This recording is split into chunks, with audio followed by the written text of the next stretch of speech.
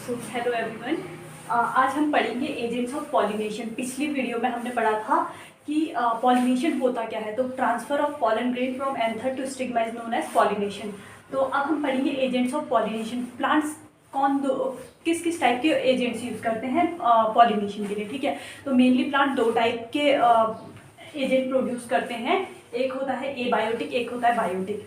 ए biotic का मतलब होता है ए बायो, बायो का मतलब होता है लिविंग, ठीक है। सिर्फ बायो का मतलब देखें तो लिविंग, और ए बायोटिक मतलब नॉन लिविंग थिंग। जब प्लांट्स नॉन लिविंग थिंग को यूज़ करते हैं तो उसको बोलते हैं ए बायोटिक एजेंट, और जब लिविंग को यूज़ करते हैं तो वो बायोटिक एजेंट्स होते हैं।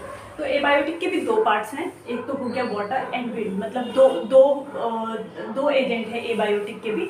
एक है वाटर, एक है विंड, जो प्लांट यूज़ करते हैं। और दूसरा बायोटिक में आ जाता है, एक इसमें एनिमल्स है और वो मेजॉरिटी मतलब ए बायोटिक और ए बायोटिक में ज़्यादा किसकी होती है, मेजॉरिटी एनिमल्स की, ठीक है। अब आ जाते हैं, देखो, pollen grains coming in contact with the stigma is a chance factor in both wind and water pollination। अब देखो, वाटर और विंड दोनों, एबायोटिक की बात करते हैं पहले। वाटर और विंड पॉलिनेशन दोनों में क्या होता है, चांस फैक्टर होता है पॉलिनेशन का, ठीक है। पॉलिनेशन मतलब पॉलन ग्रेन का स्टिग्मा तक पहुंचना बाई चांस फैक्टर होता है। तो फिर इसको क्या बोलते हैं, विंड या वाटर से जो होता है उनका चांस फैक्टर होता है, ठीक है। अब देखो, flower produce enormous amount of pollen. अब देखो, क्योंकि चांस फैक्टर होता है तो फ्लावर को क्या करने पड़ेंगे, बहुत सारे पॉलन क्या करने पड़ेंगे, प्रोड्यूस करने पड़ेंगे, जिससे कि अगर वो बहुत सारे अमाउंट में होंगे तो फिर क्या कहते हैं, कोई ना कोई तो पहुंचेगा ही। तो इस चीज़ को देखो, to compensate for uncertainty and the loss of pollen grain. तो अनसर्टेनिटी और लॉस ऑफ पॉलन ग्रेन का लॉस को कंपेंसेट करने के लिए ये क्या करते हैं, बहुत ज़्यादा क्वांटिटी में क्या करते हैं, पॉलन प्रोड्यूस करते हैं, जिससे कि इतने सारे जाएंगे, कोई ना कोई तो पहुंचेगा ही, ठीक है। तो ये हो गया हमारा दो टाइप के एजेंट्स। और अगर हम इसमें से देखें एजेंट्स में, अगर ए बायोटिक में अभी तक हम ए बायोटिक का देख रहे हैं, तो ए बायोटिक में अगर बात करें तो जो विंड पॉलिनेशन होता है ये मोर कॉमन होता है, ठीक है। ये जो मैं बोल रही हूँ वो सारी बातें एनसीईआरटी में लिखी हैं, ठीक है। तो देखिए, विंड पॉलिनेशन जो होता है ये मोर कॉमन होता है विंड के थ्रू, और वाटर पॉलिनेशन थोड़ा रेयर होता है, ठीक है।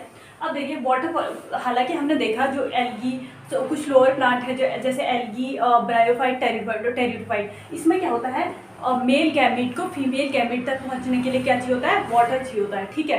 तो इसमें सेक्सुअल रिप्रोडक्शन के लिए क्या चाहिए होता है, लोअर प्लांट्स में वाटर चाहिए होता है, ठीक है। और ये क्या होता है, जो विंड पॉलिनेशन होता है वो ज़्यादा कॉमन होता है, बट वाटर पॉलिनेशन जो होता है, विंड पॉलिनेशन इसमें मोर ग्रासेस में होता है, मोर कॉमन